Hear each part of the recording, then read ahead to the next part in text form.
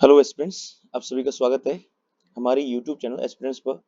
आज की इस क्लास में हम लोग डिस्कस कर रहे हैं एक इम्पॉर्टेंट टॉपिक एनालॉजी को। ठीक है, एनालॉजी को बोल सकते हो आप, जो आपकी रहती है असमानताएं, है ना। एनालॉजी को हिंदी में क्या बोलते हैं? असमानताएं।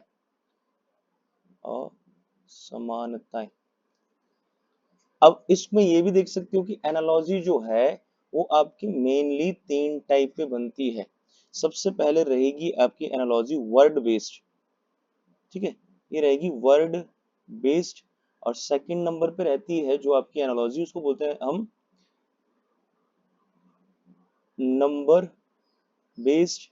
नंबर मतलब संख्या। और थर्ड रहती है हमारी लेटर बेस्ड। ठीक है, लेटर बेस्ड अक्षर होता है। अब इसी में ही आगे जो आपका वर्ड बेस्ड है, वर्ड बेस्ड में ये आपका मोस्टली जीके पर रहती है। जीके मतलब साइंस एंड इन्वेंशन, है ना। Instrument and tools, country and capital हो सकता है। इंग्लिश पे भी रहता है, वोकेबलरी बेस्ड, है ना। Animal and their sounds, animal and their youngs. तो इनको हम क्वेश्चन में डिस्कस करेंगे। देखते हैं हम क्वेश्चन नंबर 1 से। क्वेश्चन नंबर 1 में कहा है कि कार का क्या है? बोनट। जिस तरह कार का रिलेशन बोनट से है, बोट का रिलेशन किससे होगा? तो इसमें कहा है कि कार का जो पहला हिस्सा होता है ना, उसमें क्या होता है? बोनट। तो बोट के पहले हिस्से में क्या होता है? स्टर्न तो होता नहीं, इसको तो इंजन बोलते हैं ना। मास्ट नहीं होगा, पोर्ट नहीं होगा, इनको हिंदी में यही बोलेंगे, बो होगा। इसको बोल सकते हैं बो। जो आपका बोट का पहला हिस्सा होता है उसको बोलते हैं बो। ठीक है, नेक्स्ट देखते हैं हम। नेक्स्ट हमारे पास क्वेश्चन नंबर 2। और क्वेश्चन नंबर 2 में क्या कहा है उसने? इसमें कहा है कि नंबर, नंबर को क्या लिखा है उसने? U N N. तो इसको देख सकते हैं बच्चों, इसमें कौन सा लॉजिक लगा होगा? इसको मैं यहाँ लिख रहा हूँ, है ना। इसको साइड में लिखता हूँ। अगर मान लो आपको इसका लॉजिक इसके साथ मैच हो गया या मिल गया, तो फिर सीधा हम किसका बताएंगे? अब फिंगर को चेक करेंगे। यहाँ पे देखो, NUMBER। इसका लॉजिक है UNNYRE। ये तो पहले ही दिख रहा है आपको कि यहाँ से देखो, एन इधर शिफ्ट हो गया, यू इधर, ई इधर, आर इधर। और ये दोनों क्या है? एक दूसरे की रिवर्स। रिवर्स का मतलब क्या होता है? 27। अगर एम का कोड 13 है तो इसका 14, इसका 2 है तो इसका कितना है? 25। तो एक दूसरे के क्या होता है? रिवर्स। इसका देखो यहाँ, चलो यहाँ पे तो ये रैंक होते हैं 13 और 21। ये सारा मैंने आपको कोडिंग डिकोडिंग की क्लास में समझा दिया है ना। कोडिंग डिकोडिंग इसी चैनल पर मिल जाएगी आपको, कोडिंग डिकोडिंग की प्रॉपर वीडियो। तो अगर आप लोगों ने वो वीडियो नहीं देखी है, पहले उसको वॉच करें। उसमें हमने हर लेटर के रैंक ट्रिक से किए थे। तो अब पूछ रहा है आपसे कि फिंगर का बताओ फिर क्या आएगा, तो इसको सॉल्व करते हैं। FINGER। ठीक है, इसी लैंग्वेज में फिंगर को क्या लिखेंगे? तो हम क्या करेंगे, पहले इसको क्रॉस करना है, IF आ जाएगा इधर। सेम इसमें भी पैटर्न आकर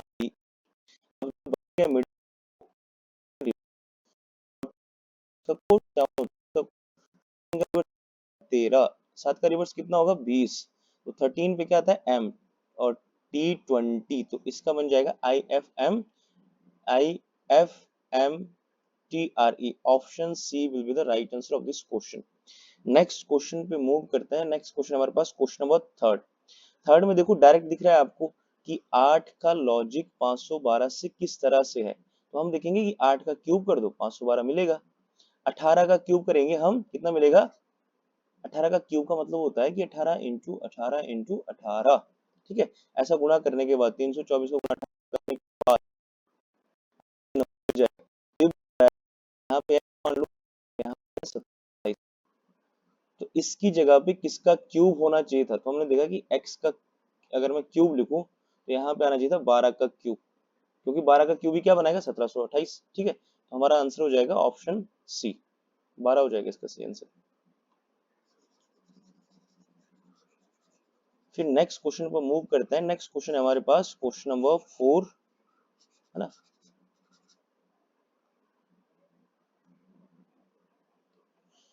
और क्वेश्चन नंबर 4 में कहा है उसने कि 56 8 15 और 32 16 18। इसमें पैटर्न देखना है आप, इसमें कौन सा पैटर्न लगेगा, है ना। तो हम देखेंगे यहाँ पे कि जैसे यहाँ पे ना 8, चलो इसको देख लेते हैं पहले। इसको बोलते हैं नंबर एनालॉजी। Number analogy. ठीक है, बहुत ही इंपॉर्टेंट रहता है ये टॉपिक नंबर एनालॉजी, क्योंकि ये एसएससी के एग्जाम में भी बहुत बारी देखने को मिले इससे क्वेश्चन, है ना।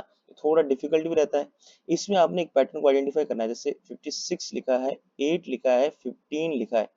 अब ये बोल रहा है कि जिस तरह से लॉजिक बना रहे हैं, जिस तरह से इनके बीच एक पैटर्न होगा, सेम उसी तरह से 32, 16 और 18 में भी वही पैटर्न होना चाहिए।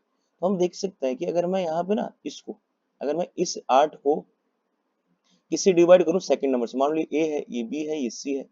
अगर मैं फर्स्ट नंबर जो हमारा कितना है 56, ए को किससे डिवाइड करूं, बी से, है ना। अगर मैं इसको डिवाइड करूं, है ना, तो यहाँ पे कितना आ जाएगा, 56 अपॉन में, 56 अपॉन में कितना है 8, तो यहाँ से बनेगा 8 7 56, और जो बच गया है 7, जो बच गया है 7 उसको 20 बी के साथ ऐड कर दो, सी मिल जाएगा। ठीक है, डिविडेंट है। फिर से समझो, पहले नंबर को डिवाइड करना है, 56 को 8 से डिवाइड करो, कितना आएगा 7 आएगा, और 7 में सेकंड नंबर 8, और आना चाहिए आपका सी। तो यहाँ पे भी देखो सेटिस्फाई हो जाएगा। 32 को किससे डिवाइड करूंगा, 16 से, कितना आएगा 2, और 2 में फिर किसको ऐड करना है 16 को, तो बन गया हमारा 18। मतलब दोनों पे पैटर्न फॉलो कर रहा है ना। अब ऑप्शन देखो कौन सा आएगा। तो सबसे पहले देखो 75 को किससे डिवाइड करूंगा मैं, 5 से, तो 5 से कटेगा 15 टाइम, लेकिन 15 में जब 5 ऐड करोगे तो कितना बनना चाहिए था 20, मतलब इसको ऐड करना है ना, गलत हो गए तो इसको चेक करो। अब देखो यहाँ पे है 70, 70 को काटना है 5 से, कितनी बारी कटेगा ये, 14 बारी। फिर इसको जोड़ना है 5 को, ये तो ज्यादा हो जाएगा ना, ये भी नहीं होगा ऑप्शन। इसको देखो 66 को, यहाँ पे 66 को काटना किससे है, 6 से, तो कितने बारी कटेगा 11 बार, और 11 में 6 ऐड कर दो, और कितना मिलना चाहिए 17, मिल गया 17, ऑप्शन सी हो गया राइट आंसर।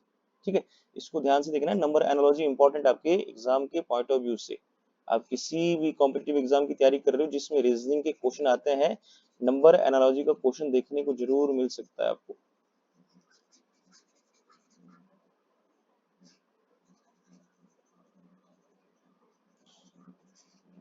नेक्स्ट देखते हैं हम क्वेश्चन नंबर 5। क्वेश्चन नंबर 5 हमारे पास उसने कहा है कि एक वर्ड है ग्रेटली, इसको यहाँ पे लिख लेता हूँ। आप यहाँ पे देखो, ये क्वेश्चन आपके कोडिंग डिकोडिंग पर बेस भी बोल सकते हैं हम इसको, है ना, और इसमें लेटर पर बेस बोल सकते हैं। जैसे यहाँ पे गाय ग्रेटली का कोड ये है, मिक्सचर का कोड ये है, तो ट्रबल का कोड बताओ क्या आएगा। ठीक है, हम क्या देखेंगे, किसी इसमें ना एक में देखते हैं, इसमें ढूंढते हैं पैटर्न या इसमें ढूंढते हैं पैटर्न, उसी के ही बिहार पे हम ट्रबल को सॉल्व करेंगे। तो यहाँ पे जी, चलो यहाँ पे देखो, यहाँ पे आर ई, ठीक है, GREATLY, इसका पैटर्न देखते हैं, उसने क्या लिखा है, ER, है ना, ERGAYLT। तो ये तो मुझे पहले ही दिख रहा है कि यहाँ से क्या लिखा है, जो आपके तीन तीन के पेयर है इसके, और यहाँ पे 3 के पेयर है। अब ERG मतलब इधर की तरफ लिखूंगा मैं, पहले ई से स्टार्ट करना ना इधर से, तो यहाँ पे लिख लिया ERG, एज इट इज है, कोई चेंज नहीं हुआ है, सेम लेटर है। और ए को क्या रखा उसने बीच में, ए को रखा है constant, there is no change, no increase in A, है ना। तो जो ए है वो कांस्टेंट आ गया। फिर से देखो YLT, यहाँ बन गया YLT। इसी के भी यहाँ पे आप ऐसे भी देख सकते थे, अगर आप थोड़ा सा चेक करना है इसको, है ना। यहाँ पे क्या ना था, मिक्सचर का XIM, देखो XIM आ गया ना, XIM टी कांस्टेंट है। हम बताएंगे इसका कोड ट्रबल के लिए TROUBLE। तो ट्रबल के लिए सबसे पहले क्या लिखना है आपको, ORT, तो ORT आ गया। अब U जो मिडल का है वो कांस्टेंट रहेगा, और फिर यहाँ से करना है start, E then L then V। तो देखो कौन सा ऑप्शन है, ORTUELP, UEORTUELB, option D is right answer. ठीक है, आसान सा क्वेश्चन था ये। नेक्स्ट क्वेश्चन पर मूव करेंगे। नेक्स्ट क्वेश्चन हमारे पास क्वेश्चन नंबर 6, और 6 में कहा है इसने कि अब फिर से आ गया ये क्वेश्चन आपका नंबर एनालॉजी, नंबर एनालॉजी। ठीक है, अब नंबर एनालॉजी देखो इसमें क्या कहा है उसने, इसने कहा है कि 18, 5 और 65 का जो लॉजिक है वही देखना है आपने 14, 3 और 61 में। ठीक है, क्वेश्चन नंबर 6 है। अब देखो यहाँ पे इसमें लॉजिक क्या हो सकता है, पहला नंबर जो है 18 है ना। अगर मैं इसको 5 से गुणा करूं तो 18 5 कितने हो जाएंगे, 90, है ना। यहाँ से बन सकता है लॉजिक, और 90 में से मैं कितना घटाऊंगा, 65 बने 25। तो यहाँ पे है, अगर मैं इसको ए लिखूं, इसको लिखूं बी, इसको सी, तो यहाँ पे a इंटू बी करने के बाद जो भी यहाँ पे वैल्यू आएगी उसमें क्या करना है, b का स्क्वायर करना है और आपके पास मिल जाएगा c। ध्यान से देखो, मान लो a और b को सॉल्व करने के बाद आपके पास एक वैल्यू आई x। देखते हैं इसको, 18 गुणा 5 सॉल्व कर कितना आएगा 90, और 90 में b का स्क्वायर मतलब 5 का स्क्वायर करना है और c की वैल्यू मिलेगी, c कितनी है 65। और आप देख सकते हो 90 माइनस 25, 90 में से कितना घटाओगे 20 घटाओ, पहले 70, 70 में से 5 घटाओगे 65, मिल गया लॉजिक। तो इसमें भी सेम लॉजिक लगेगा, चेक करना, चेक कर सकते हो a b और c। हमने देखा यहाँ पे कि क्या करना है, 14 को 5 से गुणा करना है। अब ये 5 ये नहीं है, अच्छा ठीक है 14 दिया, नहीं बच्चों यहाँ पे b का गुणा नहीं करना, एक कांस्टेंट रहेगा 5, एक कांस्टेंट रहेगा 5, बेस वैल्यू है 5 मतलब 5 आएगा ही, है ना। क्यों, क्योंकि इसमें सेटिस्फाई नहीं कर पाएगा, फिर 14 दिया तो कितने होंगे 42।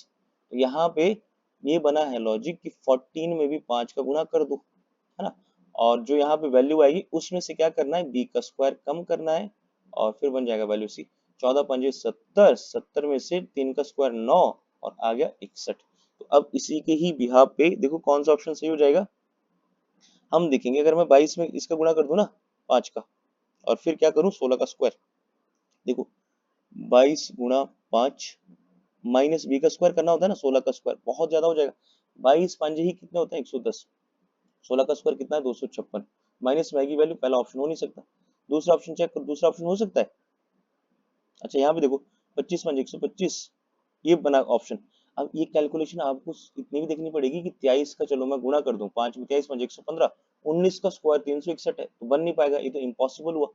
तो यहाँ पे देखो अगर मैं 25 लिखूं, 25 में 5 का गुणा कर दूं तो कितना बनेगा 25 पंजे 125, और फिर जो ये 11 है इसका स्क्वायर कर दूं, है ना, तो 125 में से 121 जाएंगे, कितना आएगा 4 आएगा। तो option D is the right answer. जो आपका नंबर एनालॉजी या कुछ टॉपिक आपके रीजनिंग के रहते हैं ये आपके कंप्लीटली बेस्ड होते हैं आपकी कैलकुलेशन पर, है ना। तो आपको जो आपका मैथ्स है, मैथ्स इंप्रूव करना ही पड़ेगा, है ना, इनडायरेक्टली वो आपके हर एग्जाम के पॉइंट ऑफ व्यू से इंपॉर्टेंट रहता है। मैथ्स मैथ्स को सॉल्व करके आपकी कैलकुलेशन इंप्रूव होती है, आपकी स्पीड बढ़ती है ना।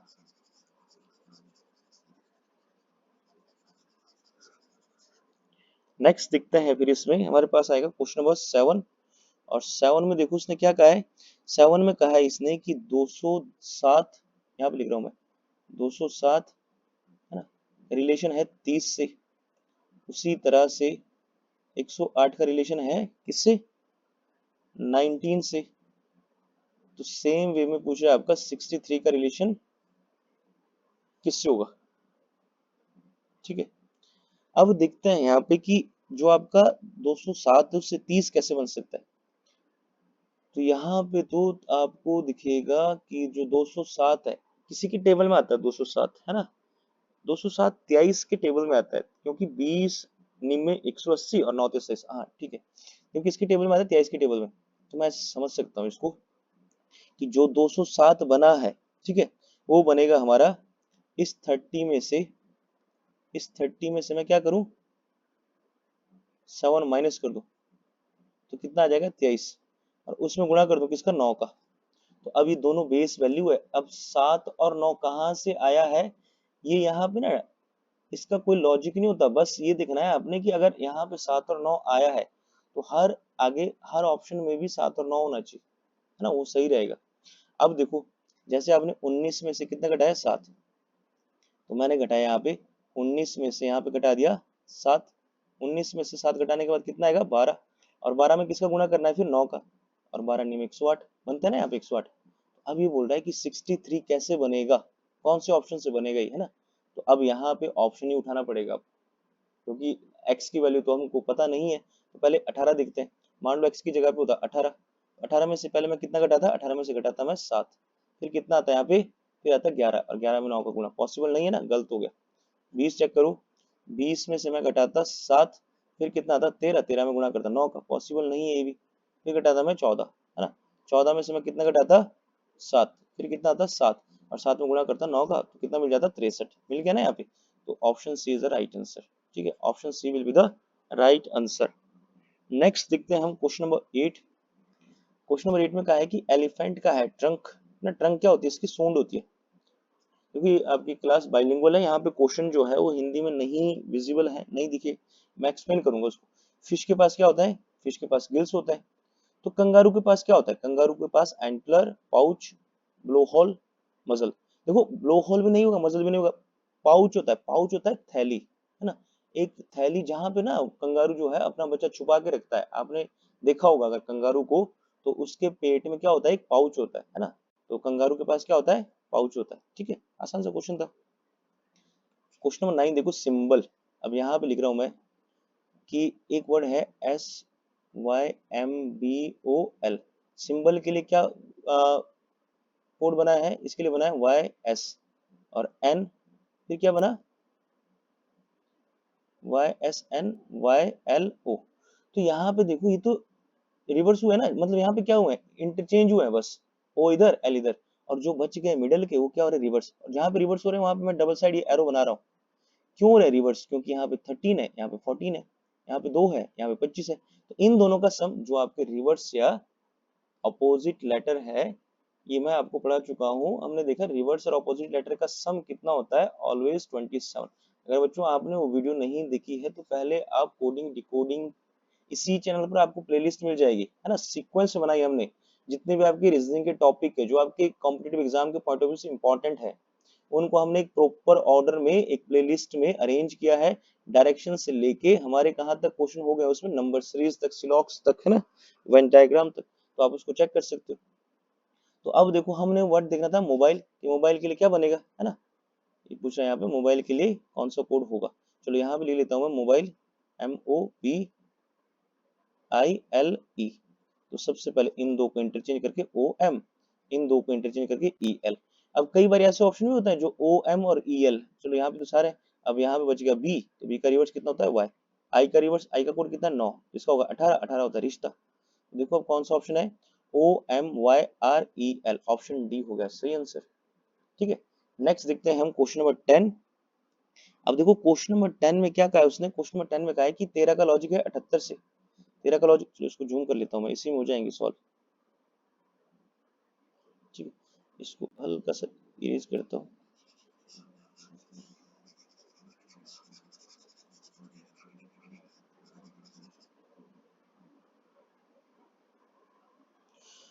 देखो इसको यहाँ पे इसने कहा है कि 13 का लॉजिक 78 से है ना।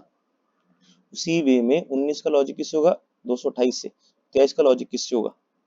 तो यहाँ पे देखो अब कि 13 छिके होते हैं 78, है ना। 13 छिके तो 78 होता है,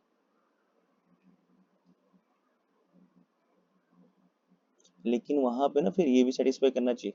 19 छिके 114, उसका डबल तो हो रहा है 128। चलो इसको ऐसे देखते हैं कि मान लो 13 में से ना जो फर्स्ट है ये है, और इसको मान लो बी। यहाँ पे लॉजिक लिख रहा हूं मैं कि अगर ए में से मैं 7 माइनस कर दूं, अगर ए में 7 माइनस कर दूं, और फिर क्या करना है? फिर यहाँ पे इसमें मान लो जो भी वैल्यू आ रही, नहीं, जो भी वैल्यू आएगी एक्स आएगी वैल्यू, इसको हमने किसके साथ मल्टीप्लाई करना है? ए के साथ। फिर मिलेगा हमारे पास नंबर बी। कैसे? हमने देखा 13 में से 7 माइनस करके कितना मिला? 6, और 6 में किसका गुणा कर दो? 13 का, बन जाएगा 13 छिके 78। सेम इसको भी सेटिस्फाई कर लेते हैं, इस पैटर्न को भी, है ना, क्योंकि थोड़ा पैटर्न अजीब सा है। तो 19 में से कितना माइनस करना है? 7। 19 में से 7 माइनस करेंगे कितना आएगा हमारे पास? 12। और 12 में किसका गुणा करना है आपने? 19 का। अब देखो 19 दूनी 38 का 8 कैरी हो गया 3, 19 से कम 19 और 3 22, सही बन गया, है ना, लॉजिक सही हो गया। तो अब देखो 23, ये बोल रहा है 23 का क्या आएगा? तो 23 में से भी 7 माइनस कर देते, फिर कितना आता हमारे पास? 16। और 16 में फिर किसका गुणा करना है? 23 का। तो अब गुणा ऐसे करते हैं, 16 तिया 48 का 8 कैरी 4, 16 दूनी 32, 32 और 4 36, 368। देखो कौन सा ऑप्शन है? Option D is right answer. ठीक है, नेक्स्ट हमारे पास क्वेश्चन नंबर 11। क्वेश्चन नंबर 11 में क्या कहा है उसने? क्वेश्चन नंबर 11 में कहा है कि एक वर्ड है मास्टर। चलो यहाँ पे लिख लेता हूँ मैं, MASTER। इसमें अगर फर्स्ट में आप लॉजिक ढूंढोगे, हम सीधा फॉर्मल का बताएंगे, है ना, बीच में चेक करने की जरूरत नहीं फिर इसको। तो मास्टर का कोड क्या लिखा है? AM। देखो ये भी सेम बनना है ना, रिवर्स हो रहा है। और यहाँ पे क्या है? चलो इसको देखो दोबारा से थोड़ा सा, यहाँ पे था A, तो यहाँ पे क्या लिखा है? AM। यहाँ पे क्या आएगा? HG। और यहाँ पे क्या है आर ई। सेम वही क्वेश्चन है कि ए इधर एम इधर, है ना, इसका रिवर्स हो रहा है, एस का रिवर्स कितना होता है एच, टी का रिवर्स कितना होता है जी, आर इधर ई इधर। तो फॉर्मल का बताना था हमको, F O R M A L, तो यहाँ पे रिवर्स कर दो ओ एफ, इसको रिवर्स कर दो एल ए। अब आर का अपोजिट कितना होता है आई, एम का अपोजिट होता है एन। देखो कौन सा ऑप्शन है, O F I N L A, O F I N L A, option D is the right answer. ठीक है, नेक्स्ट क्वेश्चन पर मूव करते हैं। नेक्स्ट हमारे पास क्वेश्चन नंबर 12। क्वेश्चन नंबर 12 में क्या कहा उसने, उसने कहा है कि आपका जो 43 है, 43 से कितना 43, 34 और 387 का कोई लॉजिक है, तो यहाँ पे लिख लेता हूँ मैं इसको। इसमें भी अगर आप, चलो यहाँ पे दिख रहा है, ये एक नंबर बड़ा था ना, ये तो दिख रहा है यहाँ पे, इसमें ए बी और सी। मैंने देखा कि अगर मैं यहाँ पे 13 में से 10 घटा दूं, मतलब अगर मैं ए में से बी घटा दूं, तो यहाँ पे जो भी वैल्यू बनेगी, ठीक है, मान लो यहाँ पे वैल्यू बनेगी एक्स, फिर मैं उसमें किसका गुणा कर दूं, ए का गुणा, तो वैल्यू बन जाएगी सी। फॉर एग्जाम्पल, चलो फॉर एग्जाम्पल का यही देखते हैं, 13 में से 10 घटा दिया, कितना आएगा 3, 3 में किसका गुणा करना है फिर 13 का, कितना बन जाएगा 39, तो सेटिस्फाई हो गया। अब इसको अगर चेक करना है आपने, चेक कर सकते हो आप कि यहाँ पे क्या करना है, ए में से बी घटाना है ना, तो 43 में से 34 घटा दो, 34 और 6 40, यहाँ बनेगा 9, और 9 में फिर 43 का मल्टीप्लाई कर दो, 9 तिया 27, 9 चौके 36 और 2 38, सेटिस्फाई हो गया। देखो अब कौन सा ऑप्शन है, 18 में से कितने घटाना है, इसको मतलब यहाँ पे ना फर्स्ट में से सेकंड को घटाना है। 18 में से किसको घटा दिया मैंने, 13 को, कितना बना 5, और 5 में फिर किसका गुणा करना था ए का, 18 बन गया 90। पहला ही ऑप्शन सही हो गया, आसान था ये भी। नेक्स्ट देखो क्वेश्चन नंबर 13। जो 13 क्वेश्चन इजी है, लार्जेस्ट है ना, फिर से वही बन गया ही, सेमी कोड है। अब यहाँ पे तो ऐसे भी देख सकते हो कि यहाँ पे लार्जेस्ट का कोड कैसे बनेगा, ये लार्जेस्ट, इसमें लॉजिक दो, कोई चेंज नहीं हो रहा है, वर्ड तो सेम है ना। तो ई एस टी, इसका लॉजिक दिया है कि एल यहाँ लिखा है, जी यहाँ लिखा है, पेयर बन रहा है ना, एल ए आर, ठीक है। देखो एल ए आर यहाँ था, ये लिख दिया उसने यहाँ पे एल ए आर, और ई एस टी यहाँ था, ई एस टी लिख दिया यहाँ पे, और बीच का लेटर कांस्टेंट, ठीक है। तो इसको खुद से सॉल्व करोगे अब आप, ये पैटर्न रहेगा आपका। नेक्स्ट दिखता है क्वेश्चन नंबर 14। क्वेश्चन नंबर 14 थोड़ा सा डिफिकल्ट लग रहा है ना, देखने में, लेकिन जब ये ऐसे बड़े बड़े नंबर आते हैं और उनके आगे एक छोटा सा नंबर होता है, जैसे 9 है, 8 है, 7 है, 6, इनमें सबसे पहले क्या करना है आपने, सम ऑफ डिजिट चेक करना है। 9 और 8 कितना होता है, 9 और 8 होता है 17, है ना, यही था ये, 17 और 7 24, 24 और 6 30, तो 30 में से अगर मैं 4 घटा दूं, 4 क्यों घटाना है, क्योंकि नंबर ऑफ डिजिट कितना है 4, तो हमारा 26 आ जाएगा। लेकिन अगर ये रूल यहाँ पे लगाया तो ये इसमें भी अप्लीकेबल होना चाहिए था, तो यहाँ पे भी अप्लीकेबल कर लेते हैं। 8 6 7 1, अगर मैं इन सब का सम कर दूं, 8 6 14 और 7 21 और 1 22, और 22 में से 4 घटा दो, बन गया ना ये 18। अब इसकी बारी थी 3 4 2 7, सबको एक बारी जोड़ दो, 3 और 4 7 और 2 9 और 7 16, 16 में से 2 घटा दो, कितना आएगा 14, 14 will be your answer, option C, है ना। फिर देखते हैं अब हम नेक्स्ट क्वेश्चन। नेक्स्ट क्वेश्चन हमारे पास 15, क्वेश्चन नंबर 15 है ना। क्वेश्चन नंबर 15 में देखो, अब ये तो 450 जो है 225 का डबल है, और मैं सीधा सीधा लिख सकता हूँ कि 14 जो है वो 450 से किस तरह रिलेशन रखता है, अगर मैं 14 प्लस 1 कर दूं और फिर उसका स्क्वायर करूं और गुणा 2 करूं, समझो अब 14 यहाँ पे प्लस 1 कितना 15, 15 का स्क्वायर इंटू 2, 15 का स्क्वायर कितना होता है 225 गुणा 2 250, सॉरी 450। और ये लॉजिक कैसे दिखा आपको, आपको दिखता है 450 किसी स्क्वायर का क्या हो रहा है डबल, तो इसमें भी देख लेते हैं लॉजिक। हमने देखा 31 प्लस 1 32, नहीं लगेगा ना लॉजिक, मतलब 31 प्लस 1 करना है, फिर उसका स्क्वायर करना है, तो 32 का स्क्वायर आएगा, फिर गुणा 2 करना है, 32, 32 का स्क्वायर 10 24, बहुत ज्यादा हो जाएगा ना, गलत हो गया ऑप्शन। फिर इसको 30 को चेक करते हैं, 30 का प्लस 1 31, 31 का स्क्वायर करना, ये भी नहीं है पॉसिबल। 22 देखो, 22 का स्क्वायर करना है ना, ये भी पॉसिबल नहीं है, क्योंकि 22 22 और 1 कितना हो जाएगा 23, तो 23 का स्क्वायर कितना होगा 529, 529 में 2 को गुणा, छोटा रहेगा ना नंबर, ये पॉसिबल, तो यही नंबर बचा है। चेक भी कर सकते हो, 18 प्लस 1 19, और 19 का स्क्वायर कितना बनेगा, 19 का स्क्वायर 361 गुणा 2, 2 एकम 2, 2 छिके 12, 2 तिया 4 1 7, option D is the right answer, ठीक है। नेक्स्ट देखते हैं हम क्वेश्चन नंबर कौन सा हमारे पास 16। क्वेश्चन नंबर 16 में देखो 11 और 8 33 और 5 27, ऐसे लग सकता है इसमें लॉजिक कि जैसे यहाँ पे देखो 11 8 33, इनमें डिफरेंस कितना है, 3 का, 3 का डिफरेंस है ना, और फिर मैं गुणा कर रहा हूँ ए का, और नंबर मिल रहा है सी, मतलब ये ए है, ये बी है, ये सी है। पहले आपने डिफरेंस देखा कि 11 और 8 में किसका डिफरेंस है, 3 का, तो 3 में किसका गुणा करना है, 3 में गुणा करना है 11 का, बन जाएगा आपका 33। लेकिन ये लॉजिक इसमें भी सेटिस्फाई होना चाहिए फिर, तो 23 में से 5 गया, कितना आएगा 28, 28 में फिर मैं किसका गुणा करूं, 33 का, तब जाके आपको 924 मिलना चाहिए। अब गुणा कैसे करोगे आप, गुणा या तो आपको 28 का पढ़ाना चाहिए, 28 से 84 कैरी हो गया 8, 28 से 84, 84 और 98, सही हो गया है ना। नहीं बच्चों आप आराम से कर सकते हो इसको मल्टीप्लाई, आप ऐसे कर सकते हो 28 इंटू 3 करो फिर 11 करो, जो आपको टेबल आता है स्प्लिट एंड मर्ज से। तो अब देखो कौन सा ऑप्शन सेटिस्फाई करेगा, तो यहाँ पे देखो 22 और 17 के बीच कितना डिफरेंस है, 5, और 22 को गुणा करना है, 22 5 110, गलत हो गया। 24 और 15 में कितना डिफरेंस दिखेगा आपको, 9 का, और 9 में किसका गुणा करना है, 24 का, तो 9 चौके 36, 9 दूनी 18, ये सही हो गया। 9 का गुणा आप किस में कर रहे हो, 24 में, क्यों कर रहे हो, क्योंकि पहले ए और बी का डिफरेंस निकालो, 9 चौके 36, 9 दूनी 18 और 3 21, 216 आएगा आंसर, ठीक है। फिर नेक्स्ट देखते हैं अब हम क्वेश्चन नंबर 17। क्वेश्चन नंबर 17 में कहा है, एक वर्ड है फास्टर, है ना, फास्टर को क्या लिखा है उसने, ए ई एफ। चलो इसमें देखते हैं कौन सा लॉजिक लगा होगा क्वेश्चन नंबर 17 में।